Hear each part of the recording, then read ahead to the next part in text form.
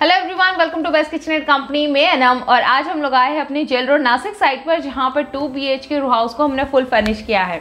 अगर आपने इससे पहले के वीडियोस नहीं देखे हैं तो मैं डिस्क्रिप्शन बॉक्स में लिंक दे रही हूँ, आप वो सारे वीडियोस देख लीजिए ताकि आपको कंप्लीट ट्रांसफॉर्मेशन नजर आएगा कि कैसे बेस स्टार्ट हुआ और आज फाइनली किस प्रोसीजर तक ये वर्क पहुंच चुका है।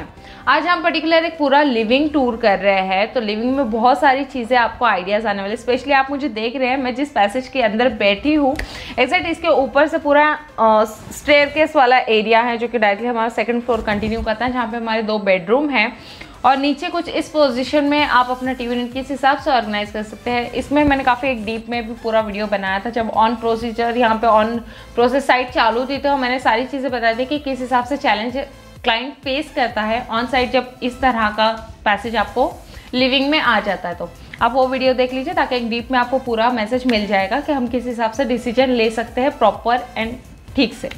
राइट ना हम पूरा लिविंग टूर करने वाले हैं।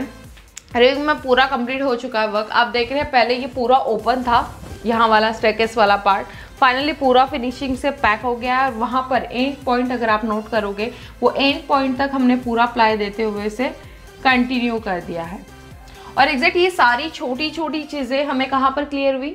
एग्जैक्ट 3D में, क्योंकि 3D में ये सारे पॉइंट्स हमें क्लियर करने थे। क्योंकि ऑब्वियसली जब आप अपने घर पे ये प्रोजेक्ट स्टार्ट करते हो तो आपके माइंड में बहुत सारे क्वेश्चंस आते हैं, क्योंकि लाइफ आप उस घर में रह रहे हो और आपको अपने घर की हर छोटी छोटी चीज़ें पता होती है कि कहाँ पे आपका गैप है, कहाँ पर आपकी वॉल डैमेज है, किस चीज़ पे आपका पानी का शिपेज वगैरह, वो सारी चीज़ें, और आपको उसे हाइड करना है, उसे कवर करना है, वो सारी चीज़ें आपको पता रहती है। तो वही सारी चीज़ें हम 3D के टाइम पर कंसल्ट करते हैं और उसे किस तरह के मटीरियल में हम हाइड करने वाले हैं, ये सारी चीज़ें भी हमारी तभी क्लियर होती है। तो राइट ना हमारे यहाँ पर भी यही 2 स्टेयरकेस हमारे नीचे आए थे, तो हमें ये पॉइंट भी पूरा कवर करना था क्योंकि ऑब्वियसली फर्नीचर से कनेक्टेड आ रहा है। यहाँ पर कॉर्नर में हमने 2 ड्रावर्स कुछ 2 शटर्स दे दिए हैं जो कि स्टोरेज का पर्पस सॉल्व करेगा। मिडल में 3 ड्रावर्स दे दिए हैं, ये भी हमारा स्टोरेज का पर्पस सॉल्व करेगा। बार बार यूज़ होने वाली सारी चीज़ें हम कुछ टीवी यूनिट के ड्रावर में रख सकते हैं, लाइक की एंड बहुत सारी चीज़ें होती है जुड़ी हुई लिविंग से। जब जाते आते वक्त हमें वो चीज़ चाहिए रहती है, क्योंकि हम स्पेशली कोई चीज़ लेने के लिए अपने बेडरूम में नहीं जा सकते, स्पेशली किसी अलग रूम में नहीं जा सकते, तो हम वो सारे लिविंग में ही चीज़ें रख देते हैं। और यहाँ पर कुछ हमने इस तरह से लुक दिया है कि बैक साइड का जो हम लोगों ने लैमिनेट चॉइस किया है, ये मार्बल फिनिश लैमिनेट है जिसके अंदर हमने एक्रेलिक की पट्टी ऑर्गेनाइज की है। तो टी पट्टी वाला पर्पस हमारा यहाँ पे सॉल्व हो गया, क्योंकि मैंने बताया था अगर टी पट्टी लेके तो ऑब्वियसली लैमिनेट के ऊपर दिखेगी, जो कि हमारी क्लीनिंग करते वक्त हमारे हाथ को लगने वाली थी। तो हम लोगों ने ये कंसल्ट किया था कि यहाँ पे हम एक्रेलिक लेके 2 mm का, जो कि पूरा एक साथ क्लियर हो जाएगा लुक वाइज।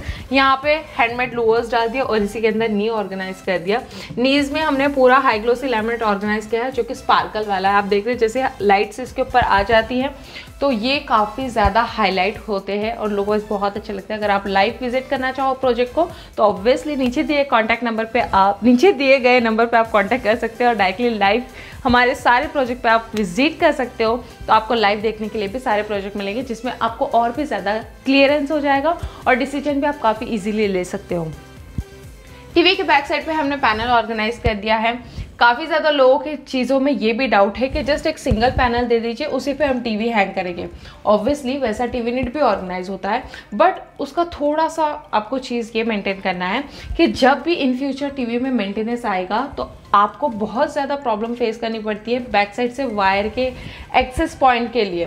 तो इसलिए हम रिकमेंड करते हैं कि हमेशा बैक साइड पे एक शेल्फ लीजिए, इसे हम पैनल कहते हैं। इस पैनल से क्या होता है, सारी वायर का ऑर्गेनाइज बैक साइड में आ जाता है, जो काफ़ी इजीली मेंटेनेंस आता है, तो काफ़ी इजीली आप उसे एक्सेस कर पाते हैं। टीवी इफ़ आप इन फ्यूचर बड़ा लोगे छोटा लोगे तो ये सारी चीज़ें इस वाले पैनल पे आप प्रॉपर तरीके से ऑर्गेनाइज कर सकते हो। वरना अगर आपने फुल पैनलिंग ले लिया तो फुल पैनलिंग में आपको वायरिंग और टीवी का सेटअप को ऑर्गेनाइज करने में बहुत ज़्यादा प्रॉब्लम फेस होते हैं, जो कि ऑलरेडी हम 10 साल से ये पूरा एक्सपीरियंस है हमारा। तो जस्ट हम ये शेयर कर रहे हैं। इफ़ अगर आपकी नीड है, वो सारे चैलेंज आप फेस करने के लिए रेडी है, तो हम आपको वैसे भी ऑर्गेनाइज करके दे देंगे। एग्जैक्ट टीवी यूनिट के पार्ट की साइड से यहाँ पे हमारा किचन वाला पार्ट है। यहाँ पे हमने जस्ट हैंगिंग कर दिया, मतलब कर्टन्स लगा दिए, फ्रेम हो गई। और यहाँ पे बहुत ज़्यादा बड़ा पैसेज मिल रहा था, तो जस्ट हमने क्या कर दिया, एक पार्टीशन लुक वाइज दे दिया, यहाँ से ग्लास दे दी।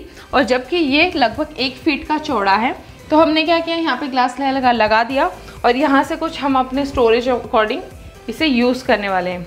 आप देख रहे हैं यहाँ से हमें काफ़ी ज़्यादा डीप मिली है। लगभग मैं आपको बता दूँ तो ये 9 इंच की डीप है। यहाँ पे अगर हमने ग्लासेस से शेल्फ डाल दिए तो किचन वाला पर्पस है। ऑब्वियसली हम यहाँ पे कुछ आर्टिफैक्ट्स भी रख सकते हैं या फिर बार बार यूज़ एक्सेस होने वाली चीज़ें भी यहाँ पर रख सकते हैं। तो ये हमारा एक तरफा स्टोरेज वाला पर्पस भी सॉल्व कर देगा। वैसे इंटेंशन तो नहीं था हमारा स्टोरेज बनाने का, बट इसने हमारा वो पर्पस भी सॉल्व कर दिया। तो ये भी काफ़ी लुक वाइज बहुत अच्छा है। और ठीक उसी हिसाब से हम जैसे बाहर की तरफ आ जाते हैं, तो बाहर की तरफ आने के बाद ये हमारा टीवी वाला एरिया हो गया और एग्जैक्ट सामने की तरफ सिटिंग वाला एरिया हो गया। तो काफ़ी कंफर्टेबली हम टीवी देख पाते हैं। कभी भी याद रखिए, जब भी आप अपना टीवी प्लान कर रहे हैं तो सिटिंग वाला पर्पस हमारा क्लियर होना चाहिए कि जब भी हम बैठे तो हमारा टीवी का पार्ट जो है वो क्लियर होना चाहिए। ऐसे नहीं होना चाहिए कि वो टीवी किसी और डायरेक्शन में है, सिटिंग एरिया किसी और डायरेक्शन में है, ताकि आप ज़्यादा देर कंफर्टेबली टीवी नहीं देख पाओगे। तो ये वाला पर्पस हमारा क्लियर हो गया। यहाँ पे हमने पूरा एक स्ट्रेट सोफ़ा दे दिया है और यहाँ पे एक जो हमें स्पेस मिले थे कि इसके बैक साइड विंडो है, तो यहाँ पे हमने एक सोफ़ा दे दिया जो कि एक लॉन्चर का पर्पस भी आपका सॉल्व कर रहा है। यहाँ पे सारे सोफ़े हमारे विथ स्टोरेज वाले हैं, तो इसमें काफ़ी अच्छी व्हील्स होती है। सारे हम बाहर निकाल के बैक साइड का एरिया पूरा क्लीन करके रिटर्न सारे ड्रावर्स अंदर डाल सकते हैं ईजिली, बहुत ईजिली। चाहे घर में कितनी भी ज़्यादा एज का पर्सन हो, काफ़ी ईजिली उसे एक्सेस कर सकता है। और आप देख रहे हैं यहाँ पे भी सेम है, यहाँ पे 3 ड्रावर्स हो गए हैं। तो लगभग आप देख रहे हैं ड्रावर की भी जो डीप मिली है हमें, लगभग ये आप देख रहे हैं पूरा 30 इंच का डीप का हमें ड्रावर मिला है।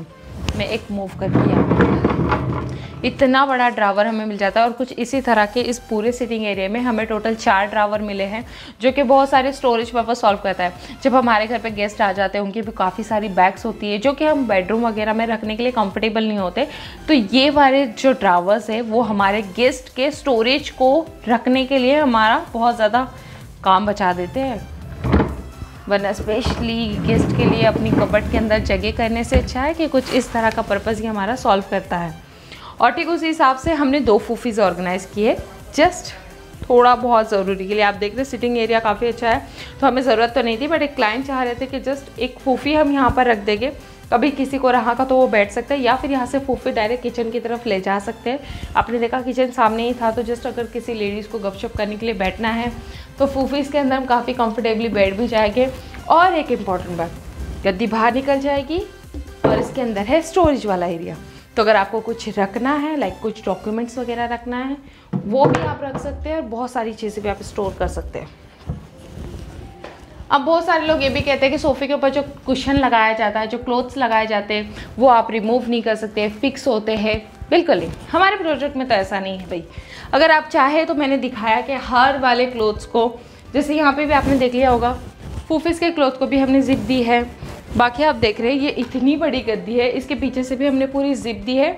अगर आप चाहो तो इजीली निकाल के वॉश करके ड्राई करके रिटर्न लगा लीजिए, या फिर आप कम बजट में चाहो तो ऐसे बहुत सारे क्लोथ्स में आप अलग अलग टाइप्स के इसके कवर्स बना सकते हो, और जब भी फेस्टिवल या फिर कुछ प्रोग्राम है घर में, उस हिसाब से आप इसके ऊपर लगा सकते हो।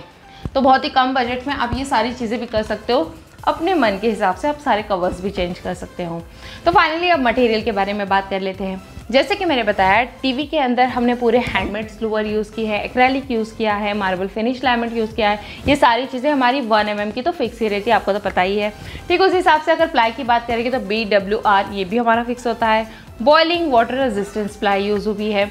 और इसी के साथ अगर पूरे हार्डवेयर की भी बात करेंगे तो हमारे सारे हैटिच, एक्सलेंजा, इन दोनों ऑप्शन में ही हम मोस्टली रहते हैं, क्योंकि हार्डवेयर में हम ये सारी चीज़ों के लिए 10 साल से कंटिन्यू चलते आ रहे हैं। इसका फीडबैक मिल रहा है तो काफ़ी अच्छा रिजल्ट है, इसलिए उस चीज़ की भी गारंटी हमारे पास है कि अगर आप हमारे बताए हुए कंडीशन के हिसाब से मटेरियल को यूज़ करोगे तो ऑब्वियसली इनकी लाइफ बहुत ज़्यादा अच्छी रहेगी। रुको बजट भी बता देती हूँ तो आप लोगों के लिए भी कंफर्टेबल हो जाएगा। अभी तो बहुत सारी चीज़ें मैंने तुम्हें बताई भी नहीं, क्योंकि वो छोटी छोटी चीज़ें, इसलिए मैंने कहा कि पूरी सीरीज़ देख लीजिए, इसमें बहुत सारी छोटी छोटी चीज़ें जो मैंने पूरे डीप में एक्सप्लेन की है। जैसे कि यहाँ पे एक हमारा अंदर एंट्रेंस में कॉमन वॉशरूम है और एक बेडरूम भी है जो कि अटैच है। तो यहाँ पे जस्ट हमें डोर नहीं देना था, तो हमने यहाँ पे जस्ट एक फ्रेमिंग कर दी है डोर की तरह। वैसे ही सेम हमारा बिल्डर का दिया हुआ एक पुराना डोर था, लेकिन हमने इसे पूरा कॉम्प्लीमेंट करने के लिए इसे पूरा लैमिनेट, हैंडल्स, लॉक सारी चीज़ों के साथ ऑर्गेनाइज कर दिया। ठीक है, उसी हिसाब से उसकी डोर फ्रेमिंग भी चेंज हो गई। और आप ये जो गेटअप देख रहे हैं, आप ये गेटअप भी देख लीजिए। यहाँ पे हमारी मेन डोर की फ्रेम, देन उसके बाद विंडो आ गई, तो उसके ऊपर एक छोटी सी फ्रेम, और उसने कंटिन्यू किया अपने किचन वाली फ्रेम को। तो आप बजट तो जान ही रहते, क्योंकि अगर आप भी ये सारी चीज़ें देखकर उत्सुकता हो रहे हैं कि कितने तक इसका बजट जा सकता है, तो लगभग ये पूरा प्रोजेक्ट हमारा 2,20,000 में कंप्लीट हुआ है। आपको पता है कस्टमाइज चीज़ है, ज़रूरी नहीं कि हर किसी को फ्रेम चाहिए, सोफ़ा चाहिए, इतने ही साइज़ का चाहिए, तो इसलिए अमाउंट भी हमेशा प्लस माइनस होती है। अगर आप अपने घर से रिलेटेड आप कोटेशन देखना चाहते हैं या जस्ट बजट जानना चाहते हैं, तो मैं चाहूँगी कि नीचे दिए गए कॉन्टैक्ट नंबर पर आप डिस्कस कीजिए। बहुत सारी चीज़ें कंसल्ट करने से आपके डाउट्स भी क्लियर हो सकते हैं। उम्मीद करती हूँ आज का वीडियो आप लोगों को पसंद आया होगा। चैनल को सब्सक्राइब कीजिए, वीडियो को लाइक कीजिए और जितना चाहे उतना शेयर कीजिए। मिलते हैं अगले नए एपिसोड के साथ, तब तक के लिए बाय बाय।